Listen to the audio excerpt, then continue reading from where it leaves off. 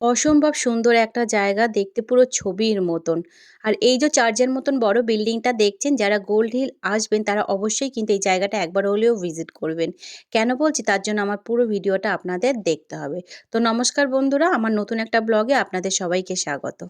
আজ আমাদের গিলিংহ্যামে ছিল দ্বিতীয় দিন। তাই আমাদের আজকে প্ল্যান ছিল যে আমরা আজকে সারাটা দিন গোল্ড হিলেই কাটাবো, যেটা রয়েছে শাফটসবিউরিতে। তাই সকাল সকাল রেডি হয়ে আমরা বেরিয়ে পড়লাম গোল্ড হিলের উদ্দেশ্যে। গিলিংহ্যাম থেকে বাস ধরে আমরা প্রথমেই পৌঁছে গেলাম শাফটসবিউরি।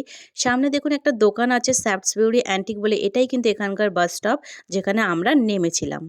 তো গিলিংহ্যামে আমরা যে এয়ারবিএনবিটা নিয়েছিলাম সেখান থেকে কিন্তু শাফটসবিউরি আসতে 10 থেকে 15 মিনিট সময় লাগে। আর এই শাফটসবিউরির মধ্যে খুব সুন্দর একটা ছোট্ট জায়গা যেটার নাম হলো গোল্ড হিল। সেখানেই আজকে আমরা সারাটা দিন ঘুরবো। তো এই যে জায়গাটা দেখছেন, এই জায়গাটার নাম হলো শাফটসবিউরি।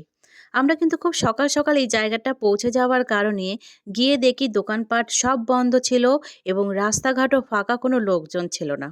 তো রাস্তাঘাট ফাঁকা এবং লোকজন না থাকার কারণে আমরা চারিদিকটা একটু ঘুরে নিয়েছিলাম। ঘুরতে ঘুরতে ফাইনালি আমরা পৌঁছে গেলাম গোল্ড হিলের দিকে।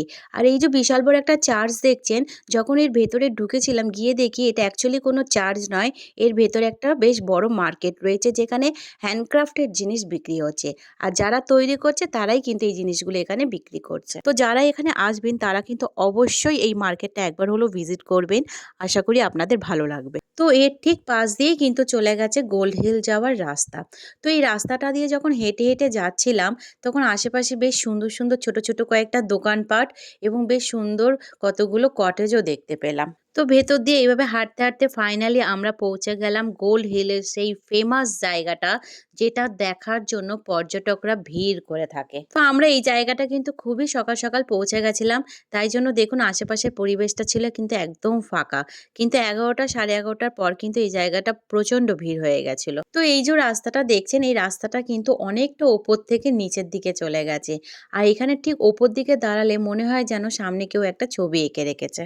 আর এই যে রাস্তার পাশে যে ছোট ছোট ঘরগুলো দেখছেন, এগুলো কিন্তু ম্যাক্সিমামই সব কটেজ, আর কয়েকটা কিন্তু দোকানপাটও রয়েছে। যারা এই গোল্ড হিলে ঘুরতে আসবেন তারা চেষ্টা করবেন এই জায়গাটা করেই কটেজ রেন্ট নেওয়ার। তাহলে কিন্তু আশেপাশের ভিউটা খুব সুন্দর দেখতে পাবেন।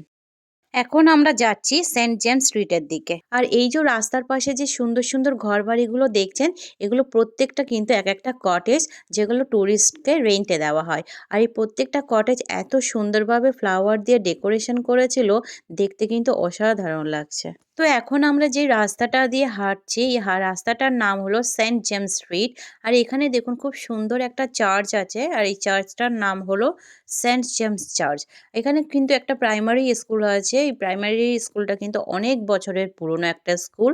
আর এই স্কুলটার নাম হলো শাফটসবিউরি প্রাইমারি স্কুল।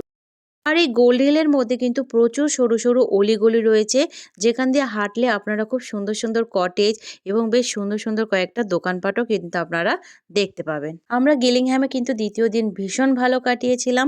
তো আমার এই ভিডিওটা যদি আপনাদের ভালো লাগে অবশ্যই লাইক কমেন্ট করবেন। আর নতুন নতুন এরকম ভ্রমণ ভিডিও পেতে আমার চ্যানেলটিকে সাবস্ক্রাইব করে দেবেন। আর নতুনদের সাথে কিন্তু একদম শেয়ার করতে ভুলবেন না। তো আজকের মতন টাটা।